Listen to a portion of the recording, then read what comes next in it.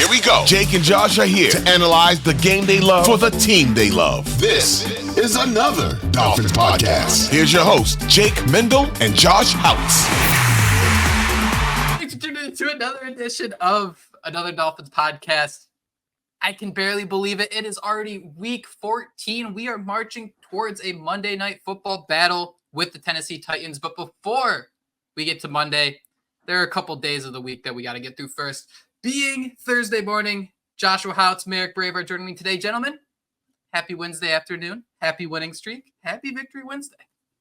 Happy Wednesday, happy Thursday, happy Friday, happy weekend. Whenever you're listening to this podcast, Dolphins fans, we are happy you are joining us and spending your time with us. It's been cool to see a couple people tag us in that Spotify Wrapped stuff that they've been putting up there. So if we're part of your Spotify Wrapped, let us know on Twitter or X or whatever you call it. And we're very appreciative of you guys spending so much time with us this year. But happy to be here with you, Jake and Josh, and let's talk some Dolphins football.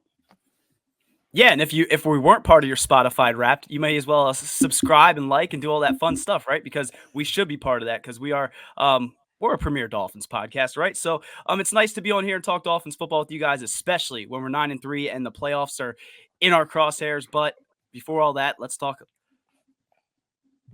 14 weeks. That is a lot of snaps. That is a lot of plays. It's a lot of touchdowns for the Miami Dolphins. And Merrick came up with an absolutely awesome idea of you don't get through the season with 22 players. You don't get through the season with 44. You need a lot of guys to come in and have an impact. So we are going to go through some of Miami's greatest depth pieces so far this season. Merrick, what was your inspiration? Well, I just kept thinking about how this Dolphins team has overcome a lot of adversity this year. You know, there's been a lot of key players injured throughout the season. I mean, we started the season off with Jalen Ramsey hurt. He was the big acquisition this offseason. He was supposed to turn this defense around, which he did. It just took a little bit longer to do so because of that injury. But also just thought back to the offseason and, you know, without naming any names here, there was a few people on Dolphins Twitter talking about how this team, this 2023 version of our team, lacked depth. That there was not a lot of depth behind these star players, these key players that we had. And some people agreed with that notion while others took umbrage. And I think I was one of the guys who took umbrage with that notion that this team lacked depth, because looking at the roster on paper, it looked like one of the deepest rosters that this Dolphins team has had in my lifetime. And so far, through 13 games, through 12 games, 13 weeks, that has proven to be true. This Miami Dolphins team has had to play a whole lot of different players, like you said, Jake. And I just figured, you know, midweek, let's highlight some of these guys. Let's give these guys their flowers and talk about them here on this podcast. Josh, do you buy that? Should we scrap this show? Should we just dump it here? Or does that sound fair? Yeah, I don't know. I wish I could remember back to when we did the pods, because I think we were all kind of down on at least the offensive line depth. We were talking about bringing in a defensive lineman for the last 8 months or whatever. So I think we all kind of had issues with some of the depth, but I know there are a lot more people more vocal than us. And as we can all sit here and say, you know, we all have egg on our face, right? Everybody that doubted Chris Greer and his offensive line talk, you know, the fans are more worried about than I am. You know, he proved us right. So we all got egg on our face, but it's a good thing. We just hope this depth doesn't become an issue over these next few weeks, because that's when, you know, these games are going to matter most. To be fair, Josh, the Dolphins did work out 3 defensive tackles this week. So even they're still looking for more depth pieces. And just a little note with that, Merrick, I do want to start with your player, but Reuben Foster, he put on Instagram that he did not get the job with the Miami Dolphins. I think this was actually his second tryout with the team. I think the last time he was playing in the NFL was 2-3 years ago. It was always a nice dream, but it's a shame it didn't work out. I mean, he's having great success in other leagues, so hopefully he can keep that up. It's kind of a bummer, but Miami will keep flipping over stones, look for that linebacker depth elsewhere, or we'll all die with Channing Tindall leading the way. So we'll see what happens there in the playoffs. But Merrick, how about you get us started here? All right, so maybe I went chalk here. Maybe I went with the most obvious answer, but I don't care, because this player has been a phenomenal player for the Miami Dolphins this season. Pressed into duty early, pressed into duty as of late, and looks to be like he'll be on the field for the remainder of the season with Jalen Phillips out. I'm talking about edge rusher, sometimes inside linebacker, Andrew Van Ginkel. Andrew Van Ginkel AVG, baby. The Who? Gink. The Gink. I thought his name was Wang. Hugh. Yeah. Hugh Wang. Hugh. It is Hugh. Everyone's pronouncing it huge. That's a silent G, I believe. Me mispronouncing, is that anything new? That's just the brand at this point. Huge Wang. Yes, so I want to talk about Mr. Wang here. I want to talk about Andrew Van Ginkel. Andrew Van Ginkel is having himself a fantastic season for the Miami Dolphins. Like I said, pressed into action early. Jalen Phillips was suffering from a couple injuries earlier in the season. Andrew Van Ginkel came in and he played with his hair on fire, his luscious golden locks on fire. Andrew Van Ginkel right now, would you believe it, is the 6th highest rated edge player on Pro Football Focus. He is tied with Aiden Hutchinson for the highest grade, or the 6th highest grade of all edge rushers. He has a 90.7 overall grade. That is only behind Nick Bosa, Micah Parsons, Myles Garrett, Max Crosby, and TJ Watt. He has a 75.3 run defense grade, a 90.1 pass rush grade, and an 86.3 coverage grade, which is actually the 3rd highest grade on PFF in terms of coverage for all edge rushers. He's played 492 snaps this year. That's actually already through just 13 games, the 2nd most in his career. In 2021, he played 801 snaps. He has 34 solo tackles, which ranks 6th among all edge players. He has 10 assisted tackles, 20 QB hurries, 4 sacks. Actually, PFF has him with 5 sacks, but every other website says 4 sacks. So I went with the 4 sack number. I think it might be from the Washington game there. He had the second drive there. He had like a nasty spin move where he hugged Sam Howell, and then I think it was Sealer and Chubb finished it up. Dude, he would not go down. Sorry to cut you off. Sam Howell would not go down in that game. How was that not a sack? How was that not a sack, though? I don't understand football anymore. Yeah, well, PFF gave him a sack for that play, but all the other websites did not give him a sack. So he either has 4 or 5 sacks, but because this is another Dolphins podcast, we're going to give him that extra sack there. AVG has 5 sacks, baby. 8 QB hits, 1 fumble recovery, and of course the pick 6, the interception return for a touchdown against those Commanders. AVG is my depth player of the season so far. He is my reserve player. He has been just a top player on this Miami Dolphins defense. So thankful that Vic Fangio picked up the telephone, gave him a call this offseason, stopped him from signing with the New England Patriots and said, get your butt back down to Miami so that you can play in my defense because I got big plans for you. And he wasn't lying. He wasn't joking. And, we all saw he got a little feature on Hard Knocks last night, and so did his wife. And she was really excited about that cake that he was getting for that pick 6 return. Probably more excited than all the money he's about to earn in free agency this offseason. Hopefully coming back to our Miami Dolphins because he is on that 1-year contract. Hate to see him go somewhere else because right now he's just a man on fire. He's killing it in the aqua and orange for our Miami Dolphins. AVG, my reserve player of the year so far. I think you had to go with AVG, though, right? I mean, the way he's playing right now, you mentioned hair on fire. We just all saw Hard Knocks. We'll talk about that on another episode. But, dude, he's just playing out of his mind, and it makes you wonder if Vic Fangio didn't pick up the phone and call him. I mean, we'd be relying on what? Emmanuel Agba, who, he's solid, right? But AVG is just, you named him, dude, playing on an entirely different level. He can rush the passer. He's great in coverage. I just hate to see him leave because how are they going to be able to pay him with everybody else, right? I mean, Jalen Phillips is eventually going to need a new deal. And we name every time we're on this pod the plethora, dozens of players the Dolphins need to pay. So his heart's in Miami. I hope he can stick around because he goes out there and busts his ass. And, he's already exceeded expectations in the NFL, right? So it's a player that you just love to root for, a player that we've all watched grow. And it's hard not to count him as, that big depth piece that, is going to push us to where we want to go as we reach January. 4 sacks, 5 run stuffs, 1 forced fumble. Merrick, what set jumped off your eyes the most when you start going through? Because one sticks out to me, and I haven't even heard you say it yet. How about them apples? Oh, well, interesting. So I'm going to not even look at my notes if I haven't said it yet, because I said everything I had typed out there, baby. I just, for me, it's not even a stat that jumps off the stat sheet. For me, it's just how much effort he plays with on every play, just his motor. He never stops. He never takes a play off. He never gives in. He just goes out there with 100% effort every single down. And that's just a player that if you had a whole roster full of guys like that, you'd be a Super Bowl champion every year. Super smart. Super, like the pick six. I mean, it wasn't his freakish speed. It wasn't the beautiful blonde hair that led him to having the pick six. It was the brains. I mean, the things he does for this team is so unique. And he's knocked down 6 passes this year. Sorry if you did say that. Oh, wow. So what I see out of someone like Andrew Van Ginkel, and I mean, this is why I think Vic Fangio loves him so much. I mean, in the nickel package, he can be your linebacker sitting there with Jerome Baker, who is week to week with his knee injury, hopefully back sooner rather than later. But then you can also line him up on the edge where you can instantly get together this ESPN top 10 looking highlight reel of these different spin moves and moves he's making different tackles look silly. So, I mean, there's just such a special level of versatility that comes with someone like Andrew Van Ginkel that I don't really think it's been impacted too much with Jalen Phillips being out of the lineup, and I think that might be the biggest surprise of all.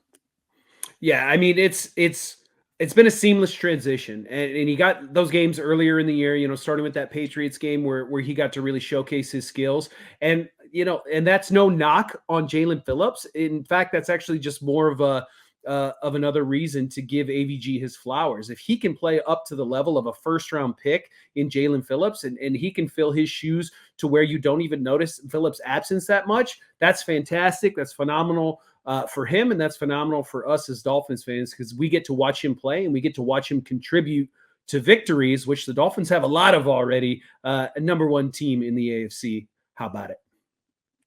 Very opportunistic player. Looking at this linebacker group and looking at what Andrew Van Ginkel does, I mean, it just goes to show that earlier in the season, and I mean, one of the biggest things in Hard Knocks was Mike McDaniel having the self-awareness of this team was 8-3 before last year in this situation, and they lost 5 straight games. I think we've seen this group go through so much. I mean, with all the injuries, and I think, I mean, it's not all injuries, but just the ability to go through, start in Philly, start in these different situations. I mean, I instantly go to the offensive line for that. But I mean, this team has gone through so much fire so far that I just think it's so interesting that you can plug these guys in so quickly and they hit the ground running just as quick. Oh, yeah, absolutely. And I think another thing, and I know I already said it, I don't want to gloss over it, just listen to the names he's grouped with at the top of those PFF rankings, right? Nick Bosa, Mike Parsons, Myles Garrett, Max Crosby, TJ Watt, and he's tied with Aiden Hutchinson. This is Andrew Van Ginkel. This is not a first-round selection. I believe he was a fifth-round selection out of Wisconsin, and that was after he played essentially community college ball at Western Iowa. I live in Iowa. Western Iowa, that's not a thing. I've never heard of that. I don't know what their mascot is. I don't know where that is. That's in the western part of the state, I would assume, given the directional nature of the name, but that's wild. And he is up there with, I believe all those guys are first-round picks, right? Bosa, Parsons, Myles Garrett, Max Crosby, TJ Watt, and Aiden Hutchinson. Those are all first-round edge selections, and he is a fifth-round player who's a reserve player called into duty because of injuries, and he's ranked up there with those guys. I mean, that tells you all you need to know. Yeah, it's crazy. And didn't he play quarterback too there in Iowa? Wasn't he a quarterback and they transitioned? So, I mean, probably this is a guy the best quarterback in Iowa college football history, honestly. There's not a lot to choose from. It's just crazy, though, how you pretty much took Jalen Phillips' name out of that list of all those elite pass rushers that you mentioned, just kind of plucked Andrew Van Ginkel in there, almost like what the Dolphins did, and you really don't see a drop-off. I remember early in the season, we were sitting here talking about who would we miss more if they can't go, and I think Jalen Phillips was one of them, and we were like, we got Andrew Van Ginkel, we're good, and it's just crazy that he can literally just come in and, fill that role. Like Jake said on the last pod, 91 plus 43 equals 15. Joshua, you probably got the most exciting player out of all of us here. Who you stoked up about? Yeah, and I picked De'Von Achane. Jake, you kind of gave, hat tip. You were here, Josh. Take him because of what he meant to this team, right? The 4th overall pick in this year's draft. He's only 22 years old, which I still am baffled by. In 6 total games this season, including only 4 touches in the Raiders and Patriots games, he has a 534 yards on 53 carries and 7 touchdowns, 13 catches for 101 yards and 2 touchdowns. His 9 touchdowns are only 2 short of Ron Davenport and Kareem Abdul-Jabbar. Total touchdowns as a rookie. He's 2 away from them. And rushing touchdowns, this guy is doing unbelievable things. Currently, he's 3rd amongst all rookie running backs. Bijan Robinson has 756 yards and Gibbs has 626. But Bijan has done it with 103 more carries and Gibbs has done it with 61 carries. So it just goes to show you how explosive he is and how meaningful every single touch is when he gets the rock. He leads the league in 40-plus yards runs with 4. He's 1 behind Raheem Mostert, Najee Harris, and Jahmyr Gibbs with 20-plus yarders, and he has 18 forced missed tackles. He's the NFL leader in rushing yards per game, despite those 6 total yards with 89 yards per game. And if you play fantasy, he has more 20-plus fantasy point games than the following: Derrick Henry, Bijan Robinson, Josh Jacobs, Isaiah Pacheco, Bijan Robinson, Breece Hall. We all know he's fast as F, but as we saw in that Commanders game late in the game, he was kind of, they put the game on his back and he carried the workload, running between the tackles. He was making players miss. I mean, he is everything, man. He breaks tackles effectively. And late in games, when you can bring in a guy that's 5'9", right? He's not 6'9", Jake. When you can bring in a guy that's 5'9", yes, the Commanders were already weak. Yes, that game was out of touch, but he literally carried that rock late in that game. 2 touchdowns late in that game. The dude was unbelievable. I know we all were pretty stoked on him. I think I tweeted out he was a souped-up Need for Speed car, perfect player to add into Mike McDaniel's offense. But, I mean, what he does is even so much more than that. You're seeing the way they're using him in motions. When you have a backfield with all those guys, Raheem Mostert, you got De'Von Achane, you got Jeff Wilson, and then you got those pass catchers. I mean, how do you game plan against it? So it's not a depth guy quite like Andrew Van Ginkel, who had to get thrown in there. It's not like those guys Jake's going to talk about who are arguably the most important people on this roster right now. But De'Von Achane has been an absolute stud, and I just hope he can stay healthy, because when he is, he's one of the most, if not the most explosive running back in all of football. I think I did it. You did it. And you know, I made a lot of great points there, Josh. You bring up the fantasy aspect of it. And I, as an HN owner, am very happy to have him on my team, but I need you guys to talk me out of starting HN this week. Not because I think he's going to have a bad game, but because the 2 times I started him previously, he got injured both times in the game. So if I start HN this week, he's probably going to get injured on Monday night against the Titans, and we can't afford that if we're going to make a deep playoff run, possibly a Super Bowl run as a squad here. So what do you guys think? Should I start somebody else? Josh Jacobs, Tony Pollard? Those 2 sound like legitimate options, but to get to the root of this issue here, I mean, I'm a very dumb person. So can you help me out here? So De'Von Achane, 5'9", 188 pounds. Mm-hmm. Somehow rushed for over 1,000 yards in the ACC. And everybody is still under the impression that he's a small dude and he can suffer injuries. And we're seeing that. Yep. He got hurt earlier in the year. He came back against the Raiders, hurt himself again. But how is it that we see this stuff happen? And then he's out there against Washington and he breaks a tackle in the backfield. He stiff arms another guy and makes him eat dirt, and then shoulders another dude into the ground before rushing for 16 yards. Which side are we on here? Where are we planting the flag? Because this dude, is he injury prone or this bowling ball from hell? I don't know where we land. Well, there might be a correlation between the two, you know, maybe. And the thing about him is, like you said, he is a bowling ball. He's got such great balance that when he absorbs the impact, when he takes the hit, he stays on his feet. We saw that with the big reception he had down the right side of the sideline in this last game against the Commanders. He caught the ball. He was about to go out of bounds. He balanced on 1 foot and then turned it upfield for like another 10 or 12 yards. Like, that's amazing. Those types of plays, though, can lead to injuries because you're not avoiding contact. Like Tyreek Hill catches the ball and sometimes takes a couple shuffle steps and then goes out of bounds, or just kind of curls up into a ball and gets touched down.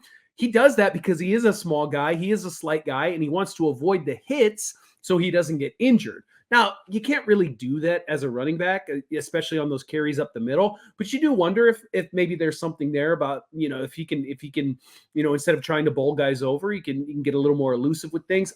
It's just the nature of the position. And I think you got to take the bad with the good, the bad being the injuries. But when he's not injured, when he's been healthy this year, he has been absolutely electric almost every single time he touches the football. Another 2 touchdowns this past week against the Commanders. We're just going to have to call him 2-touchdown Achane, because every time he plays a game, he's getting multiple touchdowns. Like, it's just Every time he scored a touchdown, he has also scored another touchdown. Am I right? In every game that he has scored a touchdown, he hasn't just scored one. He's like the old chip commercial. Was it Lay's or something? Bet you can't eat just one. Or was that Pringles? I'm not sure. You can't eat just one chip, though, right? I mean, that's impossible. No, I can't. I go to bed with a bag on my lap. Yeah, I love that he brought up his balance, though, especially on that play, because, I mean, you see it all the time, right? His balance is insane, and I think the thing that stands out most to me, besides him being able to run between, get skinny between the tackles and be kind of an inside back as well as that guy who can bounce outside, but he's so fast, but it doesn't look like he's moving that fast, right? I did that cut up I posted on Twitter, and some of it just looks like he's gliding, just hitting the hole and avoiding contact. I don't know. I think he's more that bowling ball, Jake, with the blazing fast speed. He's our Alakazam, but you hope that the injuries don't linger, because that's ultimately, why some of these running backs' careers get ended short, right? We're sitting here talking about him being 22. We know he doesn't have that much tread on the tires. We see how awesome he is when he's out there. Let's just hope he can get over those injury aspect. But to your point, Merrick, you said about starting him. Jake, he sums it up best, man. Every time Achane touches the ball, he could have 6 or 8 touches a game, and you're probably going to have 100+ yards. And like you said, 2 touchdowns. So I think I'd start him, but you do have some nice viable options there. And I don't want to be the reason you lose this week. And, then you'll be real mad at me. My bad if I said ACC. I'm at SEC there. He was at Texas A&M. The second I said it, I was like, nope, that's definitely wrong. There was the Tyreek Hill's first touchdown. I posted this on Twitter to one up you here, Josh. On Tyreek's touchdown, where you see him on the bottom of the screen break down his guy out of the slot. If you just kind of lift your eyes up and you look at the top, De'Von Achane, before Tyreek has even passed his guy, he already has his guy absolutely beat. And I don't want to sound too much like a homer here. I don't want to sound too crazy, but Merrick, you guys are saying he's 2 touchdown Achane. Josh saying, hey, he only needs 4 or 5 touches to get 150 yards and 2 touchdowns. Well, guys, in the first half last week, Tyreek Hill had 5 receptions for 150 yards and 2 touchdowns. I don't know if you're picking up what I'm putting down here, but is there any chance that the Miami Dolphins might have Tyreek Hill was a 5th-round pick? I'm not saying that they found 2.0, but man, if it quacks like a duck. He was also running back, right?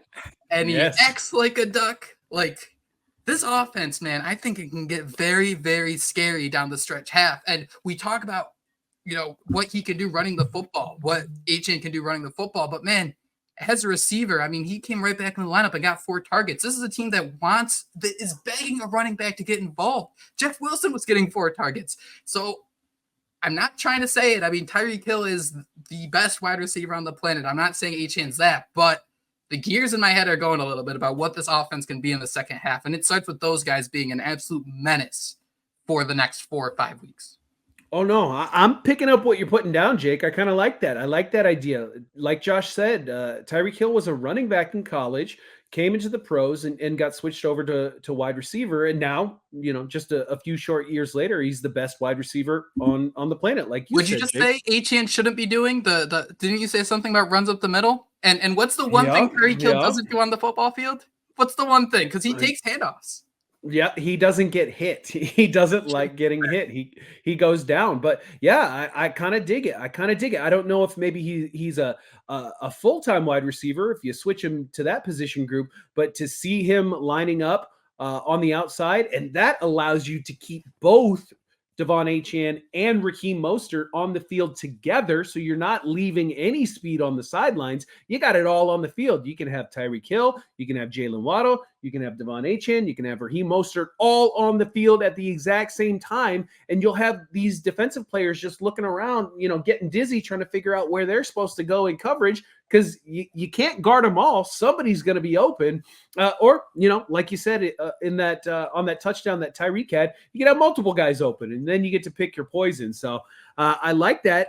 We've been spending this season and all of last season trying to figure out who Miami's version of Deebo Samuel is going to be. Well, maybe it's De'Von Achane, and not because of his size or his frame or his playing style, but maybe he will be just as effective catching the ball as he is running the ball. And we've seen how effective he can be running the ball. So now if you unlock his receiving potential too, we could be cooking with gas.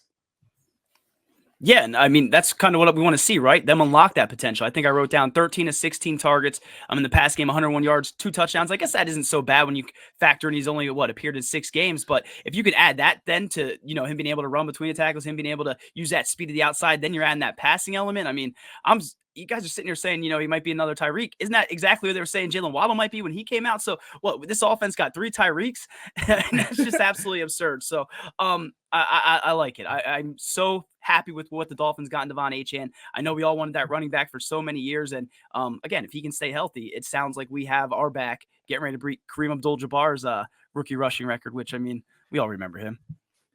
And I think the key here is that both of these players, Andrew Van Ginkel and De'Von Achane, have been absolutely awesome. And for them being in this category shouldn't be a slight. I mean, both of these guys were brought in to be just depth pieces. And I don't mean it just as just depth pieces, but people are going to get hurt throughout the entire NFL season. And I think when we are sitting there in August saying like, yeah, man, like Teron Armstead's going to play 6, like most offensive linemen aren't going to play. He's going to take it a little step further. I mean, he's been in the league so long, so the CVS script for him is a little bit longer. But I mean, so many guys are going to get hurt throughout the season, and just Miami's ability to integrate all these different guys in different ways, whether it be Andrew Van Ginkel begging him to come back with this defensive coordinator he's never played for in a system that he's not used to after 7 years of just, engage 8, Josh Boyer, we're just going to blitz everyone. It's just so impressive to see these guys get integrated and be so comfortable in this unit where you can have De'Von Achane even come out and last week say, I don't feel completely right. And well, he might not have, he could have played, maybe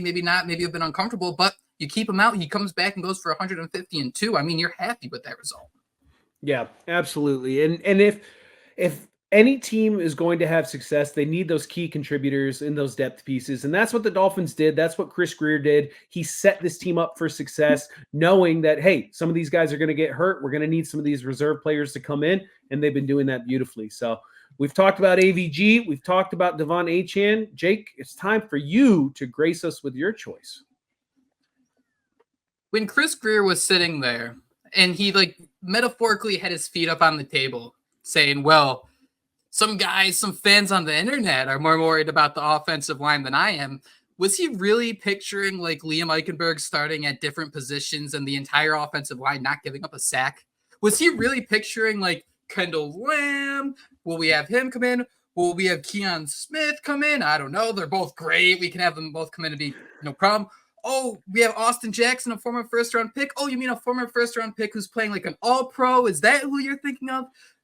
I don't know what happened, man. I don't know if we all got Men in Black flashed here and something happened, but what the Miami Dolphins have done on this offensive line is something I've never seen before. I mean, just in the last 4 weeks, they've had 4 different combinations. In 3 of those 4 weeks, they have combined for 1 sack, and oh darn, you have 3 sacks against the Jets, one of the best defenses in the entire league. The fact that the Dolphins, week 13 against Washington, you had Liam Eichenberg starting at left guard. A unit gave up no sacks. Week 11, he was starting at right guard against the Raiders. On the other side of the offensive line, no sacks again. I mean, there's some witchcraft. There's some wizardry. These guys need to be investigated because what Butch Barry and this crew is doing for this offensive line has just been so impressive. And there can be some debates made that this group doesn't have 5 all-pros or 5 great offensive linemen.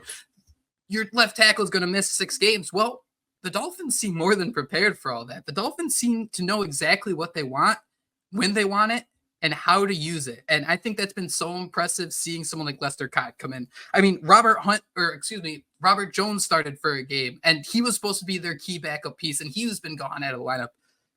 God, I don't know what it's been about this offensive line. I couldn't just pick one player here. It would have been awesome to hype up Lester Cotton. We can hype up Nancy Pomplosi if we wanted to. But overall, this entire offensive line, starter, backup, Isaiah Wynn, it does not matter. Everybody has been a success on this offensive line. And for not only to have one position, but 5 positions all marching in the same direction for so long, it's just been so impressive to watch. Yeah, I'm in complete agreement. I don't think any of us expected this offensive line to be playing as well as they are. You know, we talked about all offseason, if they could just get average offensive line play, not even top 15, just top 20 offensive line play, then this team's going to be a lot better. Well, they've turned around and probably given us top 10 offensive line play. How many sacks do you think they give up a game? And where do you think they rank in sacks per game allowed? It has to be low. You have so many games where they're not giving up any sacks at all. So I would say 2, somewhere around 2 sacks per game. And I think that's going to be top 10, like I said. They're actually third, 1.5 sacks Wow. allowed per game behind Wow. Kansas City and Buffalo, and they're averaging just 1 allowed over the last 3 games. I mean, yes, the Dolphins get the ball out super quick, and that has something to do with it. But I mean, the offensive line, the story of the offensive line isn't told by sack numbers. It's told by the offensive line, the offensive success in general, and the fact they're all just walking. Sorry to cut you off, though.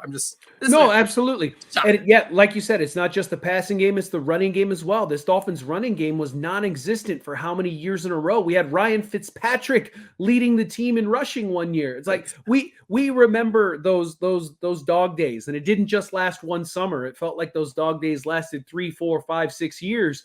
And we're coming out on the other end feeling good because in Butch Berry we trust. He got these guys playing right. And like you said, I think I read somewhere, and don't quote me, I could be wrong, that this past weekend was the 8th different combination of starting offensive linemen that the Dolphins have had this year in 13 games. And they're still ranked 3rd in sacks per game given up, in least amount of sacks per game.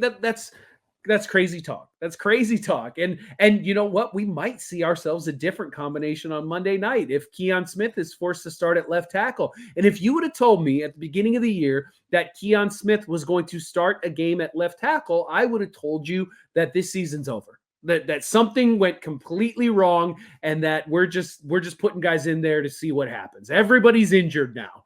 But that's not the case. Keon Smith played really well in his snaps that he got last week when Teron Armstead went out and Kendall Lamb wasn't available.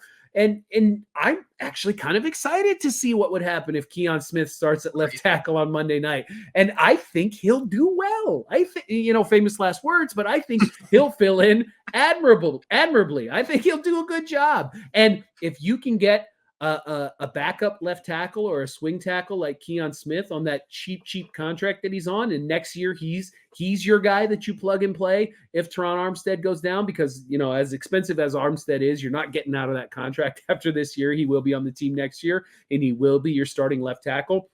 I don't think it's a bad thing if Keon Smith is the reserve left tackle next season. So maybe we get a little preview of that on Monday night and hope everything goes well. Maybe it's one of those situations that we've been doing this year where Armstead dresses but doesn't play, but is there just in case Keon Smith doesn't light the world on fire. But yeah, it's just been a phenomenal job, and we've seen what has happened to this offense, to this team, with above average offensive line play. And if this continues, it's going to be a great season, not just a regular season, but a playoff run and hopefully a championship at the end of it. I think it's crazy that's week 14 and we're sitting here talking about how the Dolphins offensive line is, ranked this high, giving up this amount of sacks. And we're sitting here talking about the interchangeable pieces. I mean, you said it, guys, 8 different offensive line units started. I mean, that's absolutely absurd, right? So to think, you could probably show the roster to, an average fan, and they probably wouldn't even know half these, like Keon Smith and Lester Cotton. They wouldn't even know if they were real players. They sound like made up Madden players, but they're going out there and they're playing effectively, and you don't know what it is. Jake, you mentioned the ball coming out faster. That obviously helps, but it's in the run game as well. Is it the scheme that's so well, and you just need a Butch Berry in here to coach them up? Is it, Frank Smith maybe putting his finger on a little bit? I don't know what it is, but whatever it is, they're getting the most out of these guys. And to think that Liam Eichenberg, a guy we all kind of laughed at, make jokes about, is out there playing at any position and almost looking pretty damn good doing it. I mean, it's just absurd. I think he's now throughout his career played at all 5 positions on the offensive line, which I think he's like the only active player to, maybe there's another one.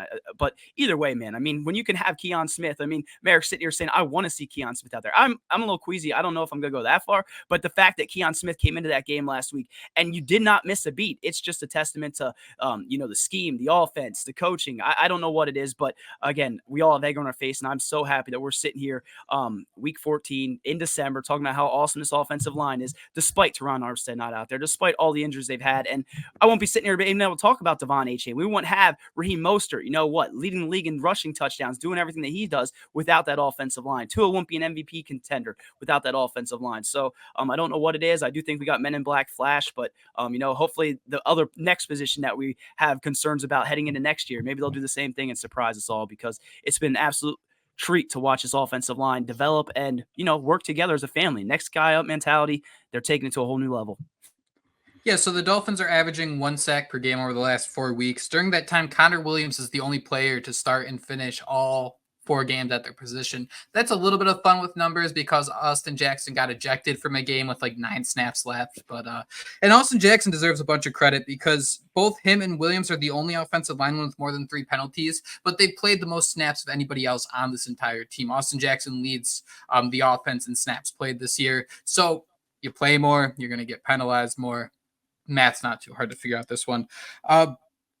Overall, man, I mean, this is a Dolphins rushing attack that's second in the NFL behind the Baltimore Ravens in rushing yards per game. I mean, it's just been an impressive. And they're not getting those yards from their quarterback either, like the Ravens are. That's a great point, too. I mean, you got Raheem Mostert being an absolute stud at 31 years old. I mean, you got De'Von Achane coming in to help. And I just keep going back to, and this is kind of getting off topic, but just the conversations we had about what are the Dolphins going to do at running back? How are they going to make this work? And all of a sudden, we don't have Jeff Wilson even being part of the picture, which, I mean, it's just so fun to kind of go back and think about how focused we were on specific aspects of this team. Not only in the preseason, like week 1, week 2, week 3, and all of a sudden we're sitting here week 14, and so many things change, so many things happen. And the fact that the Dolphins, nobody's falling off the train. Like everybody's been able to keep that pace. And it does seem like, as we listen to like Hard Knocks and things, there's that fear of we were 8-3 last year. We blanked and we lost 5 straight games. There is that little bit of doubt, but I mean, to see them keep overcoming it and having guys like Jalen Ramsey, who's going to laugh at you if you have any type of fear, doubt of losing 5 straight games. I mean, the group's just coming together, the band's all together, and they're making some great music. Yeah, so much focus on this team, and Mike McDaniel sitting there in front of that crew every meeting, saying the F word every 3 words or so. He probably holds the record for most F words in a single Hard Knocks episode. And who knows, you could have picked any of the 3 and he probably broke the record each time. But yeah, he's given the team the right message, right? Don't focus on the past. Don't focus on the future. Focus on the right now. Focus on your job today. What is your job today? And, you know, as people who cover the team, that can get a little frustrating sometimes because we're like, no, tell us about that thing that we want to know about that's happening in a couple weeks, or tell us about that thing that happened a little while ago, or tell us, is this player playing this weekend? And he won't give you anything except for what's happening right now in this exact moment. Sometimes he won't even tell you what's happening like in an hour when practice starts. He's so singularly focused on the present, which is a great mindset to have as a coach, as an athlete, as somebody, you know, who makes a living off of playing a professional sport, because there's a lot of wins, there's a lot of losses, and you can't focus on either of those things. You just have to focus on the task at hand.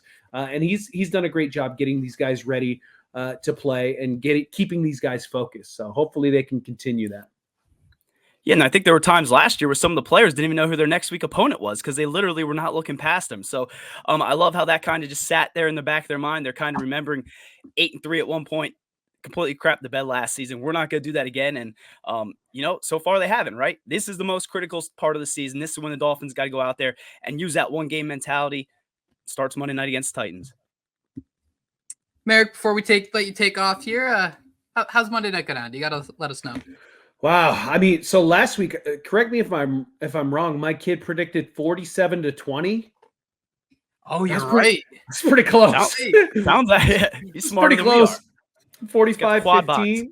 Yeah, I think I said 31-16, so I was close on the Commanders score, but a couple touchdowns off on the Dolphins. He pretty much nailed it. He said 47-20, 45-15 was the actual score. These guys are killing it. My kids, they know what's up. So we're looking at this Monday night game. They're both predicting Dolphins victories again. My youngest son is just going absurd with his picks now because I think he's feeling it. So he said it's going to be a 48-12 victory, which that would be phenomenal. And we get to watch it happen on prime time. All of our fantasy teams would be stoked on that. My oldest, he's a little more conservative, but still has us crushing this one. He's got a 34-16 victory for the Miami Dolphins, and I'm kind of somewhere in the middle there. So I think I'm going to take a 36-15 Miami Dolphins victory Monday Night Football against the Tennessee Titans.